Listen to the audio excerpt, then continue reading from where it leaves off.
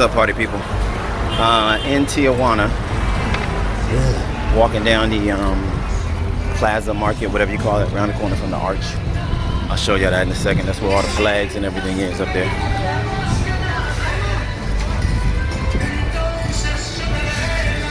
You hear the music in the background.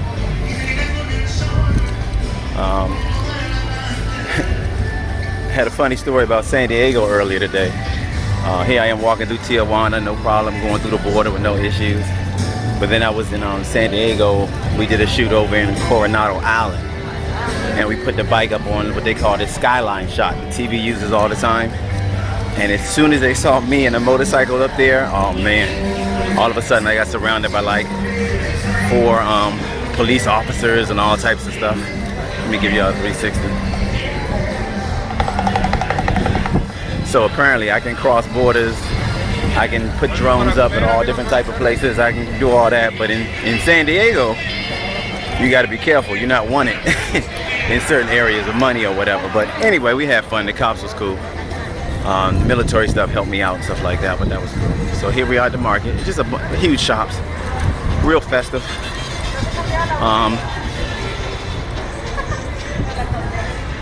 Make sure y'all get all the shots. Oh man, not as hot as Mexicali. I mean, over there it was more like 103. I think it got as high as 109 one day, but out here it's like California weather, 88, maybe 90, humidity and all that stuff.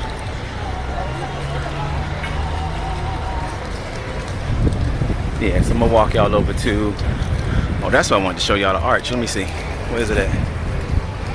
Can y'all see it? Yeah, so there's no way you can be in Tijuana and not at least visit the arch and the market. So another ride day, another destination off the list, having some fun. Probably gonna give me something to drink if I could find a few places, but yeah, still a little early. It seems like they just kind of setting up. It's around about 1 o'clock. They said when it starts to cool off a little bit, it becomes a true party out here. They get the music's playing every 5 minutes. I see all the people set up from the mariachi and all that stuff. But let me see if I can get you another shot of the arch, and then we should be good. What's that? What's that? Y'all see it? Y'all see it?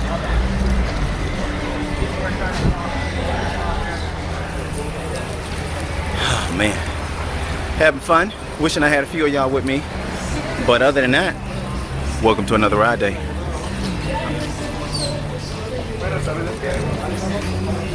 Live from Tijuana, baby. I'm in Zoom. I'm in this. This is what I want. So I'm recording this. So how do I keep going back and forth? So if I'm recording. Oh, now I share screen. And then I got to come off of it when I want to do that. Yeah. Okay. Or I think you can expand your. Okay. So let's see if we can pick it up from there. Right. So, Okay. I'm recording.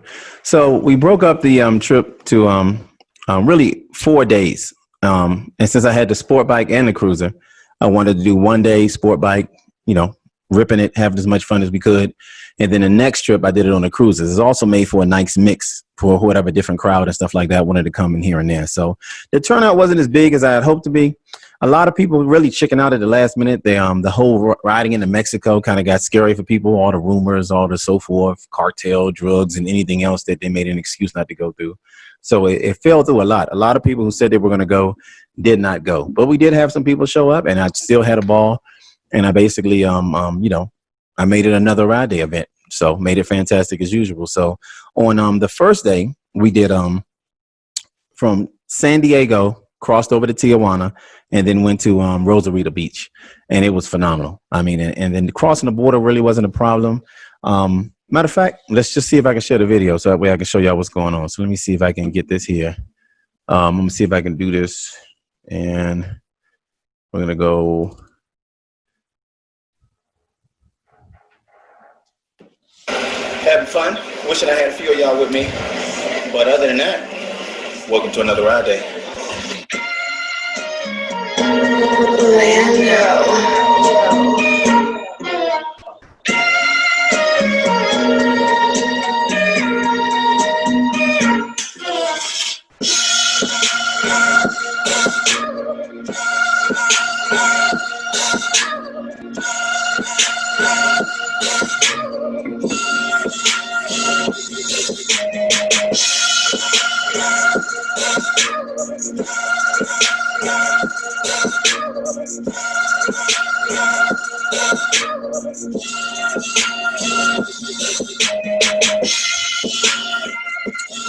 Yeah, so we had a lot of fun, man. I mean, it was a ball down there. First, San Diego, we went to Coronado Island. That was the shot where you saw the bike and the cityscape, San Diego behind it. This is the border crossing. And check out all the cars. Look at all the cars trying to get into the U.S. I mean, that thing had to be miles long. You just cut around the corner and kept on going. You see the Alto, you see the sign. So we officially in Mexico. That's the wall that everyone goes to. That's the wall that divides U.S. and Mexico. Stadium right behind it. They had a boardwalk down the side. They got heart-shaped things down the side, some festival that was having going on. But, I mean, we had a lot of fun down there. So from Tijuana, went straight down to Rosarito. That's the famous beach. I mean, Mexico, they was representing the flag. I mean, I don't know. They was having a lot of fun down there, man. I can imagine what it's like on a real party scene or whatever day like that. The roads was pretty decent. All the cars pretty much got out of your way. Once they saw the motorcycle and stuff like that, they gave way to it. I mean, there weren't a lot of motorcycles as fast as our motorcycles down there. So they really just gave you your way and went from there. But, I mean, we had a ball. It really was no problem at all, man. So the video came out good, real nice, clear. All the cameras and stuff worked out. So definitely made the right choices there and stuff like that. But, I mean, this is riding the coastline going back up, heading back towards Tijuana, heading back towards San Diego. And it really didn't take that long at all. I think you're 30 minutes from the border from San Diego to right into the heart of Tijuana and stuff like that. So it really didn't take that long. It really wasn't as bad as I thought it was. Let me stop this video.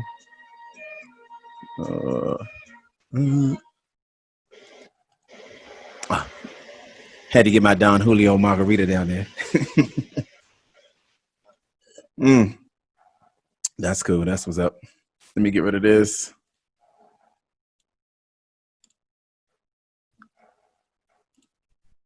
Back. So again, that was the first day. We did Tijuana, the whole inside, the downtown. That's why you saw the flags and stuff above and everything else. They had the music in the background. So it was really no problem at all. I mean, the roads was a little, they weren't 100%. I would say maybe about 80%. There were no gigantic potholes and stuff like that. So I've been in cities like Detroit and places like that where I thought I was going to lose my bike. It was falling in holes and crevices so big. So Mexico really wasn't bad at all. Baja was actually pretty decent. The roads was kind of fine. Now on the edge of the roads, it just falls off. So, I mean, there's no rails or stuff like that. It's just kind of, it's like perfectly paved concrete and then it just falls to nothing. So you don't want to pull to the shoulder too much for that. They don't have all that. The tolls was pretty cheap. I think we paid like about $1.25, something like that, cents in tolls or whatever. Of course, the exchange rate was real good for us. Everything was pretty cool down there. So it really didn't have that much problem. So that was day one.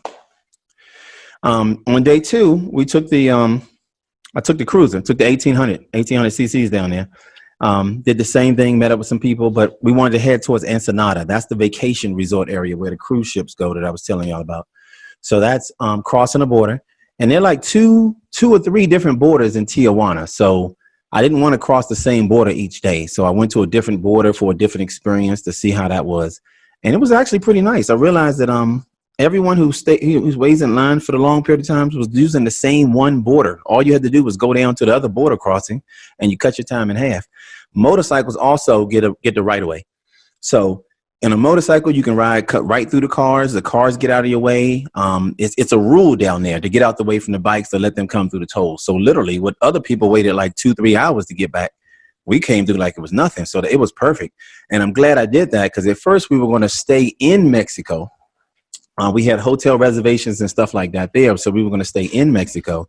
But, to try to keep everybody with the safety and who could do it and who wouldn't do it and keep everyone happy, we stayed on the U.S. side, which is in San Diego, and we just drove over every day. So it made it easier. We could leave our stuff there. I can leave the extra bike and stuff like that as well. So that worked out perfect. So on day two, we went to took the cruises, crossed over the border, and went straight down the coastline to Ensenada.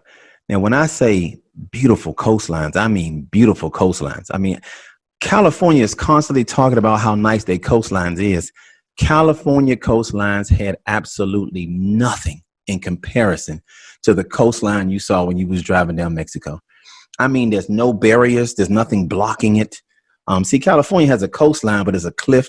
And then also, you know, you can't even go to the edge a lot of times. So you're looking from a distance. But in Mexico, you were right there on the edge, and it was just all natural beauty. The water is blue and perfect. I mean, it was just gorgeous. So let me see. I'm going to see if I can pull up that video and show y'all that and let it speak for itself. And you tell me, you be the judge. You let me know and tell me if that was different or not. But I'm telling you right now, it was outstanding. But let me show it to you. Let me show it to you because everyone does the talking and stuff like that. So we're going to see if I can get back to share the screen again and go to which one was that?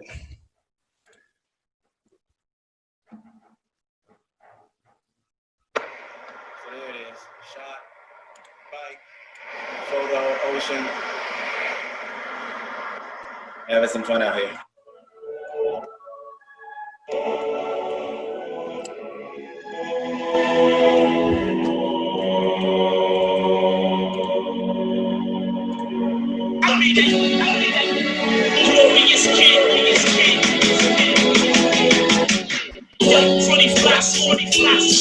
So this is Ensenada, the city I was telling you about. It's the city with all the ports. Look at that coastline. Look how beautiful that coastline is. And that was the whole entire ride all the way down.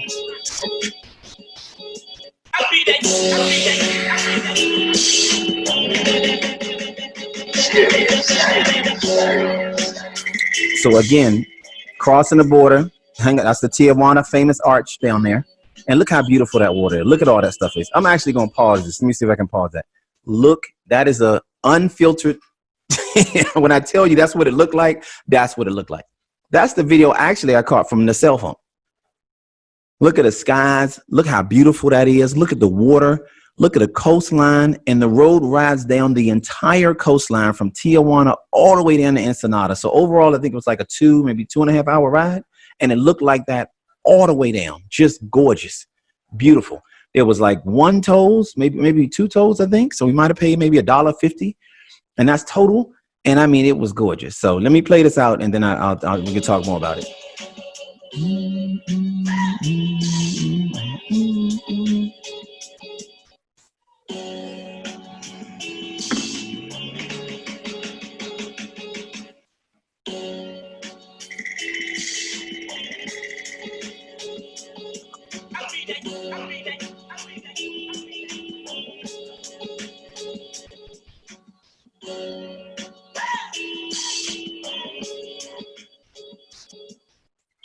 Yeah, so I mean, we had an amazing time, man. I mean, it was just amazing. It really blew me away how beautiful Ensenada was and stuff like that. So let me get back to the screen. Ooh, I'm sorry, party people. Okay, and we're back.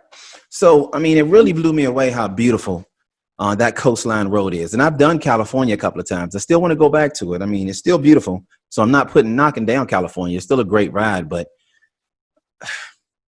that ocean view all the way down and right in your sight, right in your view, you can pull over at any time.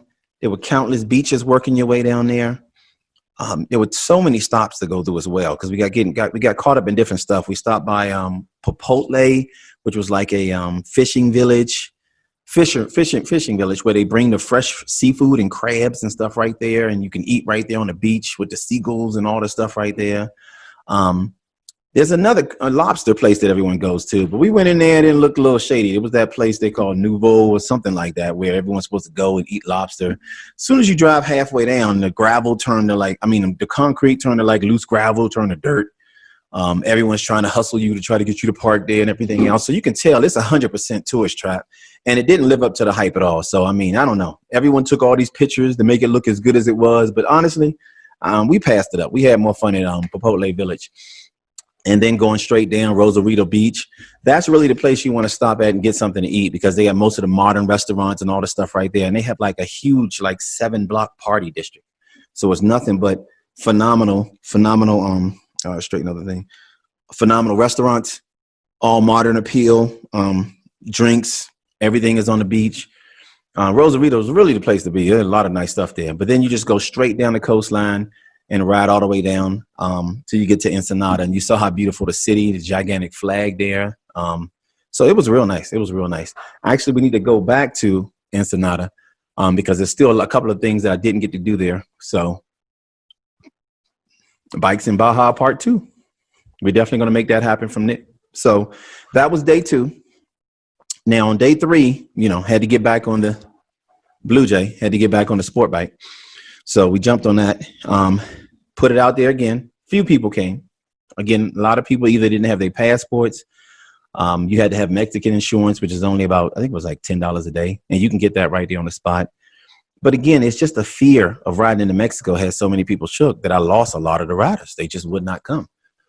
So hopefully by showing this video and doing this stuff, they can actually see how nice it is. And we can get a bigger turnout. And people can shake that fear because all the videos that I saw, I mean, I was really frustrated because I have seen every motorcycle video from Jesse James to these annual rides to Mexico and all this stuff that I've seen. And I have to be honest, man. Half these people are 100% liars. They did not go into Mexico, or they went into Mexico, snuck in, and just took a little footage. So when you relook at those videos, look at the videos, and you're going to see there are no Mexico signs. There's not even an auto stop sign.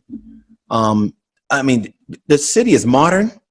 They didn't show any of that stuff. There were so many great sights to see as soon as we crossed the border. And I don't mean like we had to fight to go see it. As soon as you cross the border, you were like, wow, look at the flag over there. Wow, look at the park over there. Oh, wow, let's go to that beach over there. Oh, that's the wall. Wow, look at the stadium. Look at this. Wow, that's the bullfighting stadium. They had all that stuff around there. But yet every single motorcycle video you see of people riding into Mexico, and these are the big productions that do television shows, didn't show any of that. So I'm right here on another ride day calling them out. They are 100% liars. They are faking the whole thing. They never crossed that border because there's no way you can cross that border and not see all that beauty. I saw a flag. I never seen a flag that big. I'm military, Marine Corps. I have never in my life seen a flag that big before. And as soon as you cross over the border, you see all that stuff. So I don't see how a show or production, all these groups that say we did these Mexico ride trips don't show anything from the city of Mexico. So I'm calling them out. 100% liars and fakers. It is fake production all the way through. Some truck beside a motorcycle going 20 miles an hour, not catching no one in the background, faking like, oh, yeah, this was Mexico. We rode our bikes in here. It was great. It was great. They're 100% liars. I say it to you. I say it to their face. And I'm showing you right here, video footage, everything there is. So that right there, you look at this footage, you look at that footage, and you be the judge of it. So you can believe those lies, but I'm showing you what Mexico is right now. Okay. So let me get into the next trip. Let me go to day 3. We went to this time from San Diego. There were some beautiful mountains we cut through in San Diego. We came through Tecate, the city named after the beer, and the beer factory is there and everything else. You can tour that. We didn't do it that day because they were going through like some cleanup or transition in ownership or something like that. But the city of Tecate was beautiful. As soon as we went inside, the people were welcoming. We were in like the huge mezzanine park area, which is the center of town. There were tons of people out. And we had a ball there, man. I mean, it was real nice. I could just hang out in Tecate, period. But we went there. And then from Tecate, we kept going east. And we hit the mountains of La Morosa. So that was the main thing, to hit those roads and hit that place like that. And then we check out the city of Mexicali. And Mexicali was nice. It really blew me away. So like, again, look at the video. I'm going to play the video. Look at the video. Look at all the stuff that we've seen. Look at, when you see it, you know we're in Mexico 100%. With brand new sport bikes, not old, oh, I fixed this up. This is my fix-up bike or whatever else, classic, whatever, 250, not running fast. So we got the fastest bikes, the modern bikes, riding down there, having a ball, and you be the judge for yourself. But what I'm showing you is 100% truth. That's what we did. And again, with less production and all that stuff, and we just kept running into beautiful things, beautiful places to ride and all that stuff. So these are places that none of them went to. So let me see if I can still, let's see. I'm going to go to share screen again. And let's get this going here. Oh, let's get to part.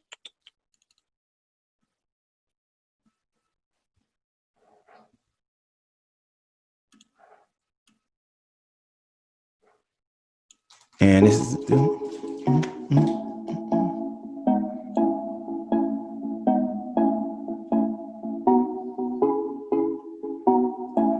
That's the stadium right there in the middle of the city as soon as you come in Mexicali. How can you not pass that and not take a picture of that?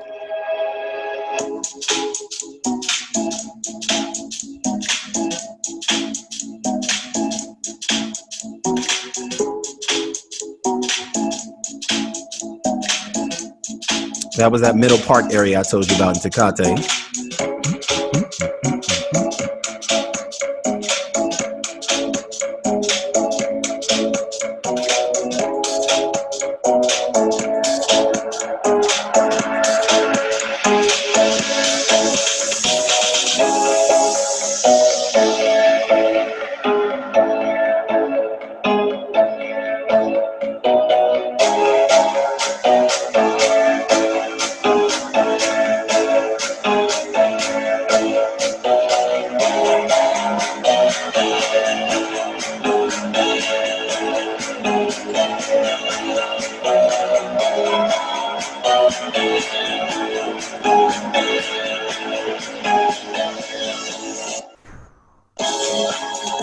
Yeah, this was the Lama Rosa road that I was talking about. This is Lama Rosa is like a canyon where they built this one way, because there's one way on all sides road that cuts through this endless canyon.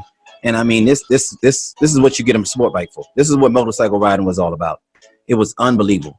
Little to no traffic. There were some areas that had like 18 wheelers and stuff like that. But I mean, I just couldn't get enough of this place. I mean, I'll go back just to ride that by itself. It was just unbelievable.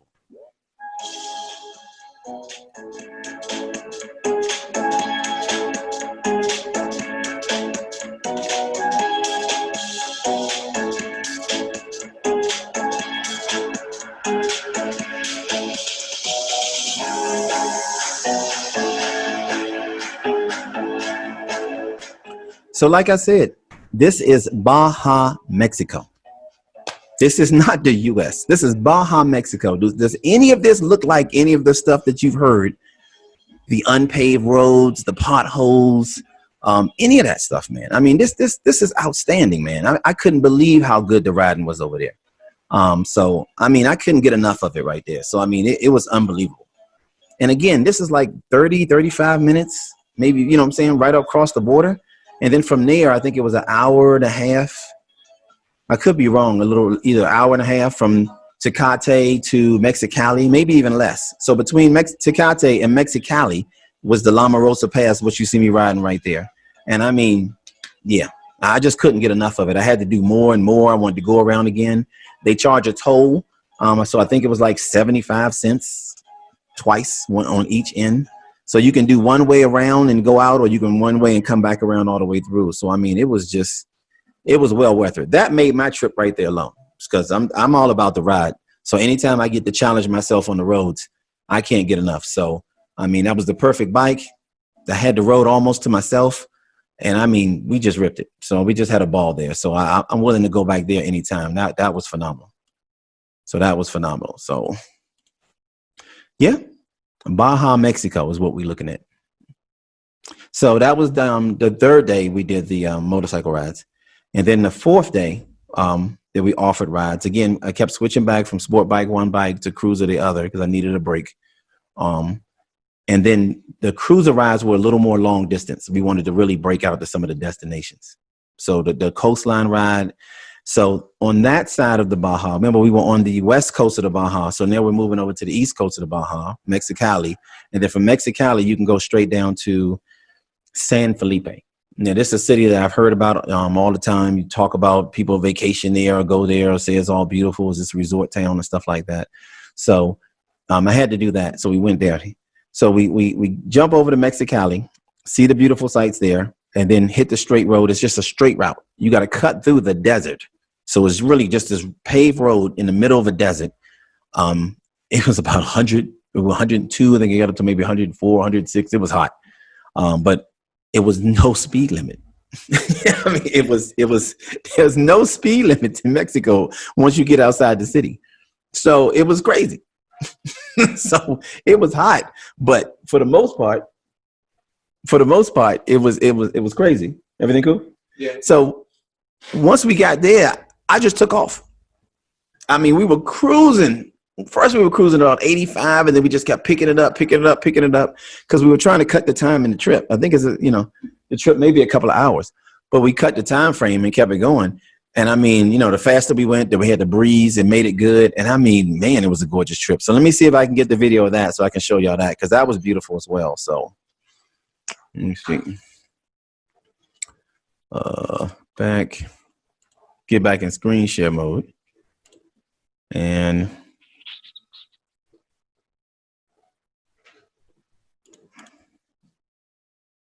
which way do I go?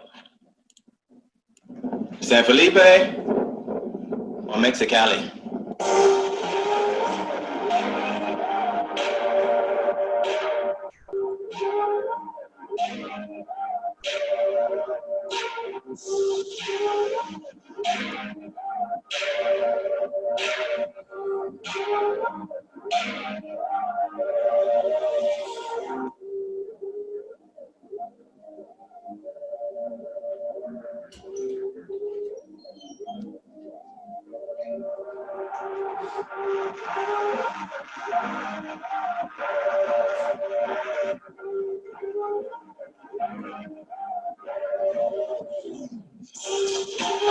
So again, those are some of the crossroads. And here's that open highway I was telling you about.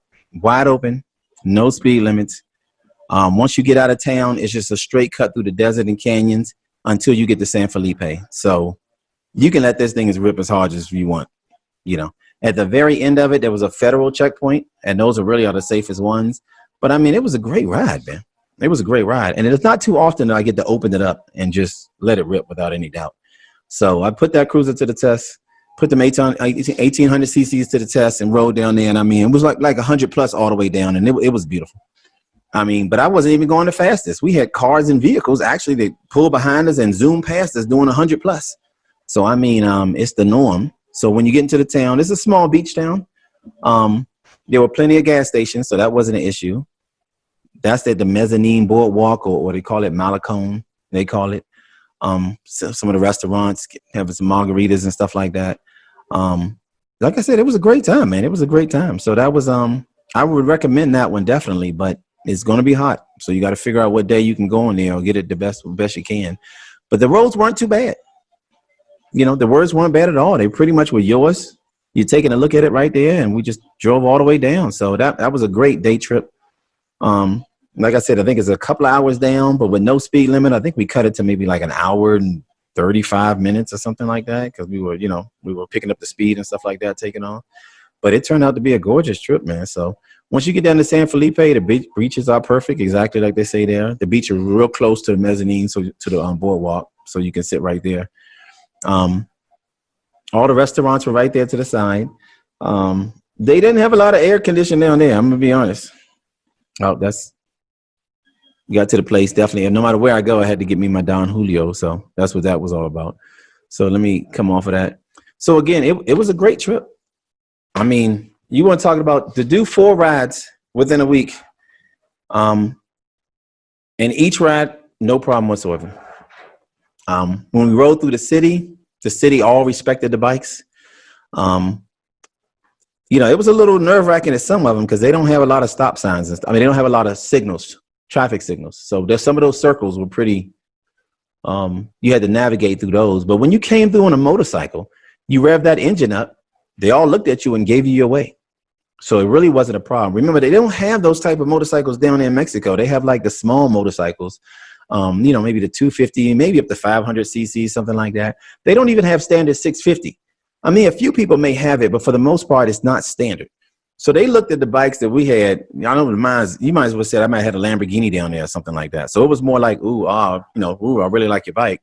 But for the most part, that's it. But I mean, it was cool. I mean, and again, they pretty much left you alone. It was no problem, respectful here and there. The stores pretty much work with it. I mean, and they had to work with me because I speak 0 Spanish. I'm riding in Mexico and I speak 0 Spanish. But all the areas I went to, they either spoke English or they helped out enough because all I had to do was get some basic stuff. And those areas really were no problem whatsoever. I mean, if they want your money, they speak English. So it really was no problem as far as that. But other than that, it really wasn't any issue whatsoever. when you got down to Ensenada and places like that, some of the it looked familiar. Once you seen one shopping center, you've seen it all. You know, there'll be the Applebee's, there'll be a TGI Friday, they got a Walmart. It's not quite our Walmart. It looked more like an Aldo's or whatever, but it's a Walmart down there. So I mean, you know, I went in there, got some green tea and stuff like that. And, the Amazon green tea and stuff like that, because I can only get what I can recognize because I don't speak the language. Like I said, the tolls were super cheap. The roads were pretty decent. The signs for the roads were fine. They were same highway signs letting you know this is Tijuana, this is highway that. So there was no problem with reading the signs and knowing where you were. We cut through town a little bit in some of the other places on the sport bike because, you know, it's easy to maneuver around the cars and stuff like that to get out there. Navigation really took me to all the key places I had started out. So the ride went smoothly. I really have no complaints. It was exciting for me. It was exciting for the people that came with me. And we're definitely going to do it again. So for the most part, it'll probably be an annual trip, meaning anyone in the Phoenix, Vegas, and LA area, we're going to close San Diego. Probably going to make that an annual trip. So I'm thinking maybe, I don't know, either September or October. So that way it's still hot, but it's still coming down a little bit. And I mean, just go down there and have a phenomenal time. So you avoid some of the holiday traffic, but yet you still get down there with plenty of action. And that's probably going to be another ride day trip. So definitely look for that. We'll be putting up the website and stuff like that soon. And that'll be a yearly trip. So if you're on the West Coast, you want to do that trip with us, definitely got to pay attention, got to subscribe, got to know what's going on, and we'll do that ride on a regular basis. We will be setting up camp in Las Vegas. So last year, or the year we did this trip, we did the trip, we set up a home base, stored bikes and so forth. We had a private garage in Phoenix. So we can ride across country, leave the bikes in Phoenix, fly back to the East Coast, and then fly back, grab the bike, and then do another trip and stuff like that. So that gave me access to that. Or some people who wanted to ride across the coast but didn't have the leave. So you can ride across the coast. If you're part of another ride day, you can store your bikes in our private garage, fly home, and then plan your second trip. And you only burnt like maybe 3 days of leave instead of like a whole 2 weeks like you see some people doing. But it's just a different way. You know, it's the modern motorcycle rider way. And we could talk more about that. But basically, it really works out. But I think we're going to move it from Phoenix to Las Vegas. So that'll be coming soon. And set up a private garage in Las Vegas and keep some bikes over there. So my whole goal is for another ride day is that, you know, have bikes on the West Coast or access to the West Coast, because being in Las Vegas will give me access to the West Coast. So I can fly into Vegas and then do all the rides, ride trips, ride schedules, all the events, some of the production stuff we got going on. So we can keep a sport and a cruiser over there. So we can hit all those cities and do all those things over there at a moment's notice. And there's also more discount flights to Vegas too. So that it just makes sense. Phoenix was real nice though. I mean, we got off the plane. We caught the tramway from the plane right to the storage, our private garage. I mean, it was really pretty nice. Phoenix was nice too. There's a lot of nice stuff going on in Phoenix. We'll do a separate video on Phoenix alone or Arizona alone, because that'll come underneath amazing roads and stuff like that. So we'll do a separate video for that. But outside of that, but Phoenix was, hotels are very hard to get in Phoenix. I wish somebody could have told me about that, because I guess it's always baseball season or baseball training season. And they literally will go through weekends or weeks where every single hotel in the whole city is actually booked. And I mean, we pushed out like an hour and all that stuff, and it was still hard to book a hotel. So, yeah, that was pretty crazy, you know. Or if we tried to reserve, the price went through the roof because they know they're going to have all those people there for baseball or baseball training. They also had a volleyball series that was real big down there. But whatever they got going down there athletic wise, they keep it busy. You know, it was pretty busy, you know, that on top of the colleges and all that. So it was so hard to get residents there or reserve a hotel there at a moment's notice. That I'm going to relocate to Las Vegas. Las Vegas you're never going to be short of hotels and places to stay in Las Vegas. It's a party city, so it's always going to be fun. And of course, there's always discount flights to Vegas, no matter where you're at. So again, if you want to be a part of another ride day, you got to really consider that. I mean, you know, you can ride your bike to Vegas. You can leave it in Vegas. You can fly out to us. There are a lot of the females and some of the ones we've been doing the shoots with. They love that because they fly out and they meet us in Vegas. and then we hop on the bikes and we take off. Because Vegas is really just 4 hours from LA, and then another 4 hours from Phoenix and LA. So it just gives us and then 6 hours, 6 to 8 hours from San Francisco. So again, from Vegas, it just opens up the whole West Coast. So we'll be doing a lot of rides out there. So, you know, if you're interested, if that's something you want to do, you know, for the riders who want to ride more than anything else, that's what another ride day is all about. So we got that going on. On the East Coast, we still got set up. We're still set up in Baltimore, Maryland, DMV. That's where I'm from. So even though I got the Colorado shirt, I'm doing some work out here and stuff like that. This is a Denver location. So you're looking at the Denver garage. This is a private home garage here, though. So we have this one. And there's some beautiful rides out here. I mean, I can go on and on. We will be releasing videos. Hopefully, I'll try to put together a collection of videos, and we'll do another talk and feature some of the riding we've been doing out here, because this is some one in a lifetime riding. But the ride season is so short.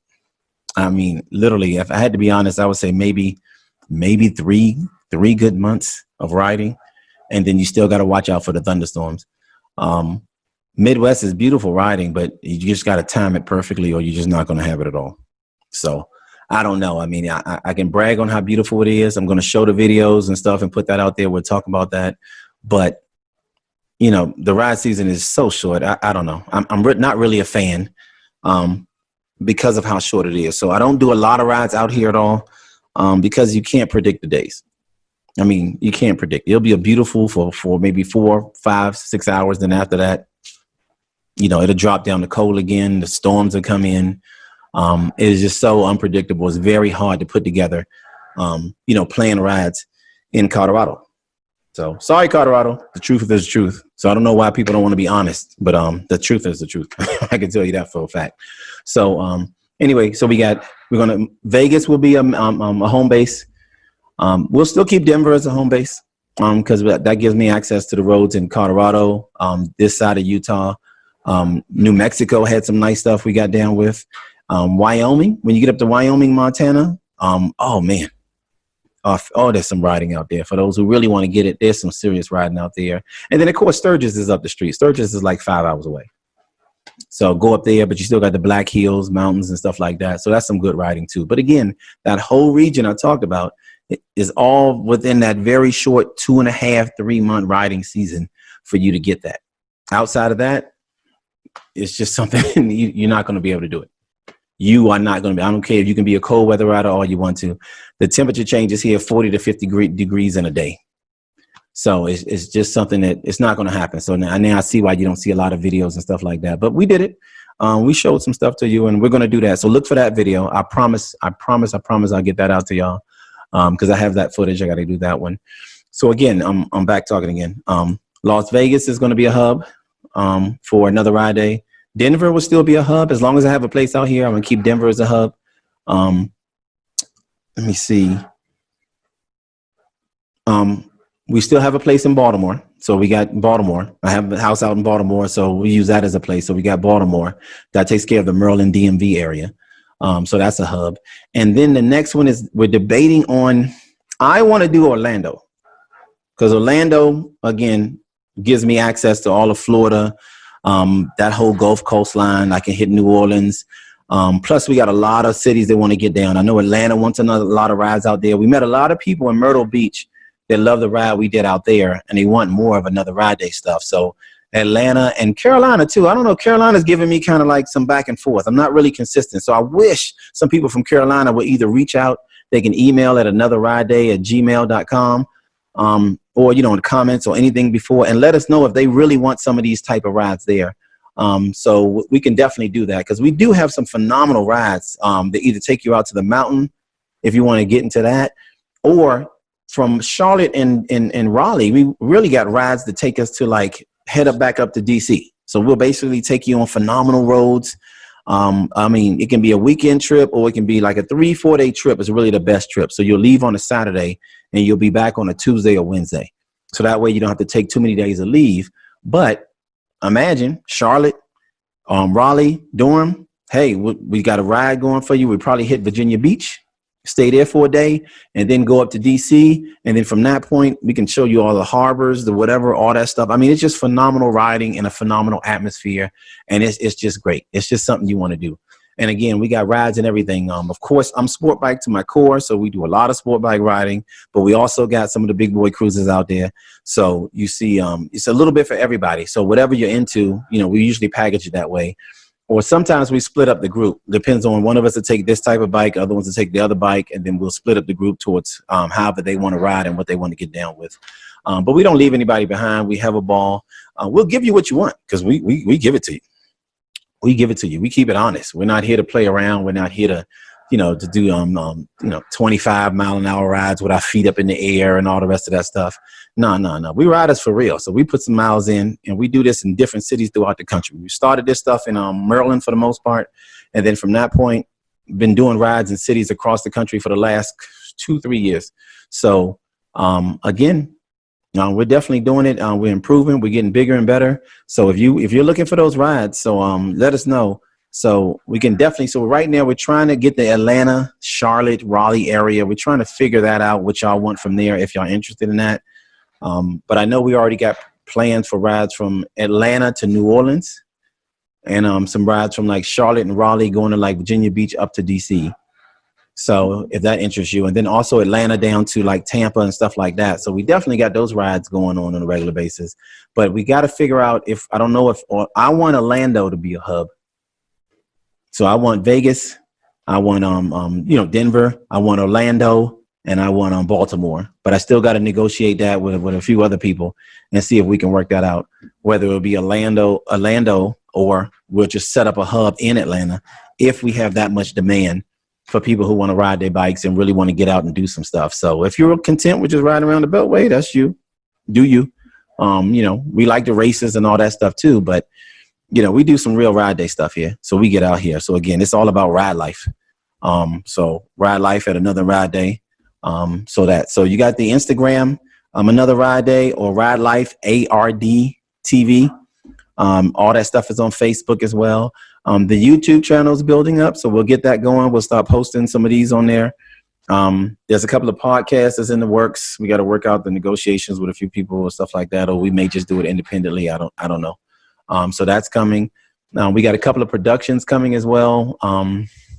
2 up in the city production. We also have, it's just a lot of things we got going on. So we're trying to put this content together. We're really working on content, ride schedule. We're still doing motorcycle travel coaching. Those for people who, for example, if you're an independent rider and you want to ride and you can't find nobody to ride with, we'll actually work it out with you, meaning that we'll help map out the best routes, let you know what we've learned, places to stay, how to work that out, and we'll follow you as you go along. So even though you're doing this ride solo, we've planned a ride for you, we planned out the days, and then we check in with you to know what's going on. Even to the point where we have some callers that call us because we know their route, and they're saying, hey, I tried to do this 8-hour stretch. I'm only got like 4 to 6 hours. I'm getting tired. And we will call ahead and let them know, here's some hotels, here are the prices, go ahead and stay there. And we'll work with them on their schedule so they can modify and go from there. So that's what the motorcycle traveling coach is all about. And again, that'll be when that website goes up, you'll be able to click on that and do that automatically. So again, you can, for travel coaching, motorcycle travel coaching. And then there's the ride schedule planning, which is a big part of it. We're working with a course online to do it. There's a book in the works trying to do that one. But we do stuff for individual riders, independent riders that want to, ride planned out for them. I talked about that. They're ride groups. So we help ride groups put together a ride in their area that's real phenomenal so they can do that and build up their stuff and just get that, because you'll be amazed. We come to different areas and people live in certain cities and don't even know about some of the amazing roads and destinations where they live at. So we help plan people for those groups. Those are usually small groups or ride groups. So we help that. That's a part of the ride schedule planning thing. And then, of course, we do the massive motorcycle clubs.